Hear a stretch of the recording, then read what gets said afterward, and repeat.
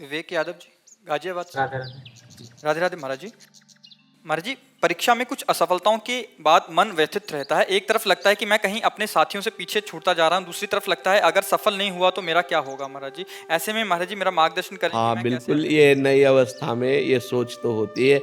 अगर बच्चा हम एकाग्रता पूर्वक अपने पाठ को, तो हमें लगता है कि फेल कैसे हम हो गए।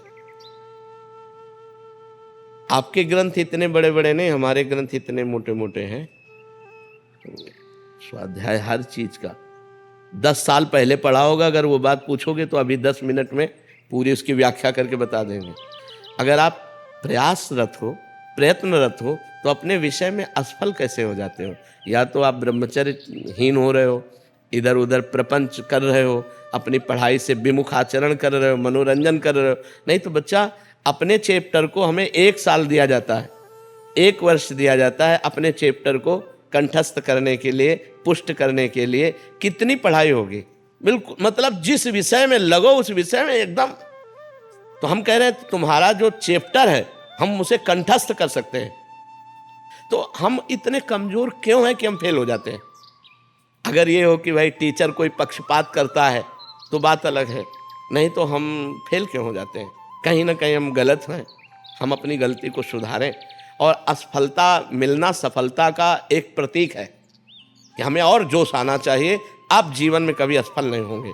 रात दिन पढ़ाई करो, ब्रह्मचर्य से रहो, भगवान का नाम जप करो, माता पिता की आराधना करो। कौन सी उन्नति जो तुम्हारे चरणन चूम ले, कौन सी उन्नति जो चरणन चूम ले।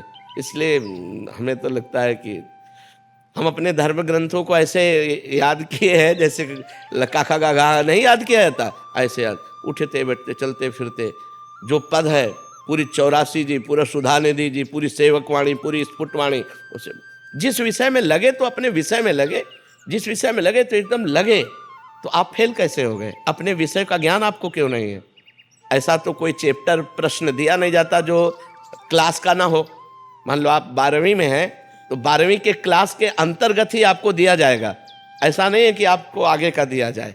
आप जितनी क्लास में पहुंचते जाएंगे योग्यता, उतना ही आपको प्रश्न दिया जाएगा। तो हमको अपने चैप्टर को घुस करके घुन की तरह लगना चाहिए। जैसे गेहूं में घुन लग जाता है ना, पूरा खोखला कर देता है, ऐसे में अपने चैप्टर में लग करके पूरे चैप्टर को अपने माइंड पे बैठा लेना चाहिए। हमारा माइंड बहुत विस्तार से है, अनंत जन्मों के संस्कार भरे हुए हैं, छोटी सी चिप में मन की अनंत जन्मों के। तो ये सब पूरा आपको भर लेना चाहिए।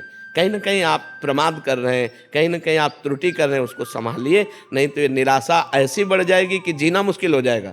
बच्चे अभी बच्चे हैं ना, अब जैसे देखा कि जैसे इन्होंने कहा हमारे दोस्त सफल हो रहे हैं, तो दोस्तों के सामने नीचा, घर परिवार में जाने पर कि यार हमने यार इतने रुपए लगाए और तुम फेल हो गए, यार ठीक नहीं है।